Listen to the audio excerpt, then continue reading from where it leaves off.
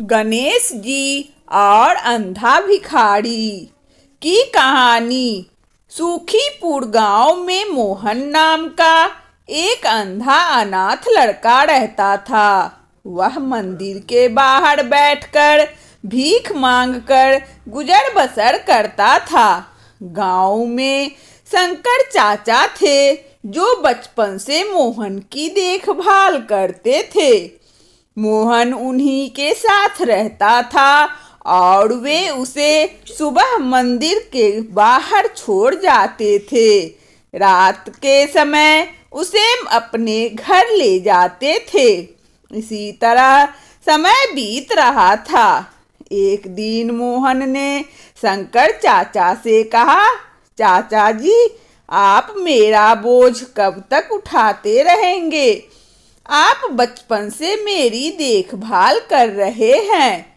मैं आप पर और बोझ नहीं डालना चाहता। आप मुझे मेरे हाल पर छोड़ दीजिए। शंकर चाचा ने कहा, मैं तुझे अपना बेटा मानता हूँ और तू मुझे छोड़कर जाने की बात कर रहा है। अगर तेरी जगह मेरा सगा बेटा होता तो क्या मैं उसे छोड़कर चला जाता? यह सुनकर मोहन रोने लगा।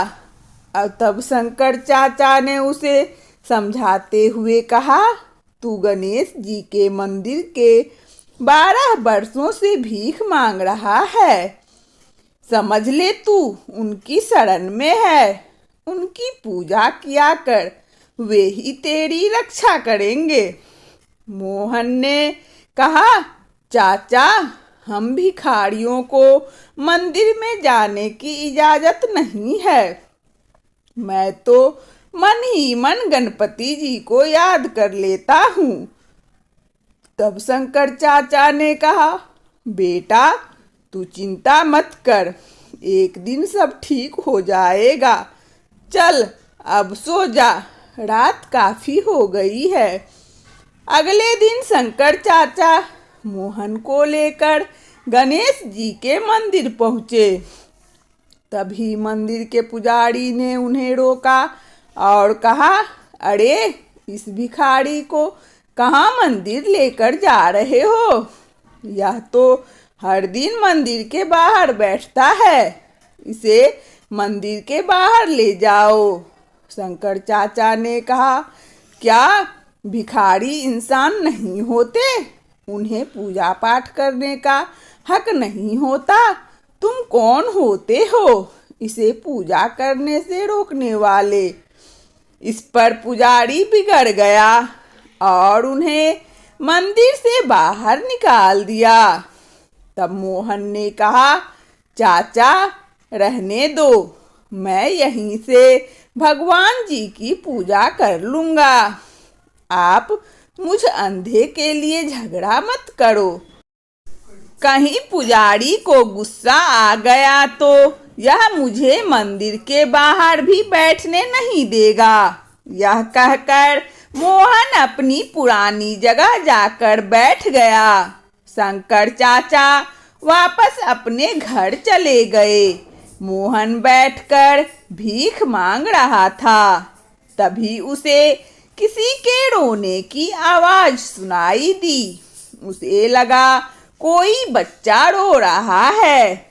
उसे टटोलते हुए पूछा, तुम कौन हो और क्यों रो रहे हो? तब उस बच्चे ने कहा, मुझे भूख लगी है और मंदिर के पास की दुकान में बहुत अच्छे लड्डू रखे हैं, लेकिन मेरे पास पैसे नहीं हैं। मोहन ने कहा, कोई बात नहीं, तुम मेरे पैसे लेकर लड्डू खरीद कर खा लो। यह कहकर मोहन ने अपने पैसों में से उसे 5 रुपये दे दिए। कुछ देर बाद वह बालक मोहन के पास आया और बोला, मैं 2 लड्डू लाया हूँ, एक आप खा लो। मोहन ने कहा, नहीं, तुम दोनों लड्डू खा लो। तुम्हारा नाम क्या है? इस पर बालक ने कहा, मेरा नाम गगन है। मेरे पास ही मैं तो यही घर है। मेरे माता पिता सुबह काम पर चले जाते हैं, मैं मंदिर में खेलने आ जाता हूँ। यह कहकर वह बालक चला गया। अगले दिन से हर दिन वह बालक आता, मोहन उसे 5 रुपये देता और वह लड्डू खाकर चला जाता था। एक दिन वह बालक आया तो उसने मोहन से कहा, तुम रोज मुझे 5 रुपये देते हो, कभी मना नहीं करते। तब मोहन ने कहा, गगन, मैं गणेश जी को लड्डू का भोग लगाना चाहता हूँ, लेकिन हम भिखारियों को मंदिर के अंदर नहीं जाने देते। जब तुम लड्डू खाते हो तो मुझे ऐसा लगता है जैसे गणेश जी खुद भोग लेने मेरे पास आ गए। तुम रोज आया करो, मैं तुम्हारा इंतजार करूँगा। इसी तरह समय बीतता रहा। एक दिन गगन ने मोहन से कहा, मैं अब तुमसे मिलने और लड्डू खाने नहीं आ सकूँगा। मेरे माता पिता दूसरे गांव जा रहे हैं। यह सुनकर मोहन रोने लगा। उसने कहा, मैं तुम्हारे बगैर नहीं रह सकता। मैं देख तो नहीं सकता, लेकिन जब मैं तुम्हें 5 रुपये देता हूँ तो मुझे बालक रूपी गणेश जी लड्डू खाते दिखाई देते हैं। तुम मुझे छोड़कर मत जाना, नहीं तो मैं जिंदा नहीं रहूँगा। तब गगन ने कहा, अच्छा ठीक है, तुम मेरे साथ मेरे घर चलो। मेरे माता पिता से बात कर लेना। अगर वे मान गए तो मैं रोज तुम्हारे लड्डू खाने आता रहूँगा। मोहन गगन के साथ चल दिया। काफी दूर चलने के बाद उसने पूछा, गगन, लगता है हम बहुत दूर आ गए, तुम्हारा घर कहाँ है? गगन ने कहा, बस पहुँचने ही वाले हैं। कुछ दूर चलने के बाद मोहन ने फिर पूछा, लेकिन कोई उत्तर नहीं मिला। मोहन ने पुकारा, गगन गगन, तुम कहाँ हो? लेकिन कोई जवाब नहीं मिला। मोहन घबरा गया। तभी उसका पैर किसी पत्थर से टकराया और वह गिर गया। उसके सिर में तेज दर्द हो रहा था। वह उठा और उसने आँख खोलकर देखा तो उसके सामने गणपति जी खड़े थे। मोहन उनके पैरों में गिर गया। गणेश जी ने उससे कहा, मोहन, तुम्हें मंदिर नहीं आने दिया गया, इसीलिए मैं अपना भोग लेने हर दिन तुम्हारे घर आता था। इतने गरीब होते हुए भी तुमने मुझे हर दिन लड्डू का भोग लगाया। आज से तुम गरीब नहीं रहोगे, तुम्हारा घर धन धान्य से भरा रहेगा और कोई तुम्हें मेरे दर्शन करने से नहीं रोक सकेगा।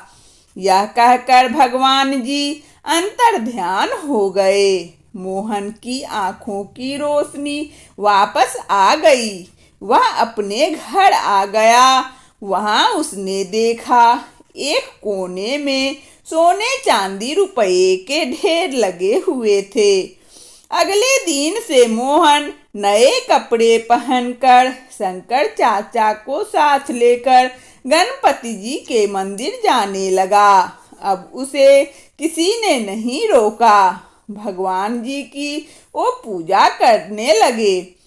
हे विघ्नहर्ता, अपने भक्तों पर सदा कृपा बनाए रखना। वंदना स्टोरी चैनल में इस कहानी को सुनने के लिए आप सभी श्रोताओं को बहुत बहुत धन्यवाद। यदि हमारा कहानी अच्छा लगा हो तो कृपया लाइक और सब्सक्राइब अवश्य करें ताकि नोटिफिकेशन सबसे पहले आपको मिले। धन्यवाद।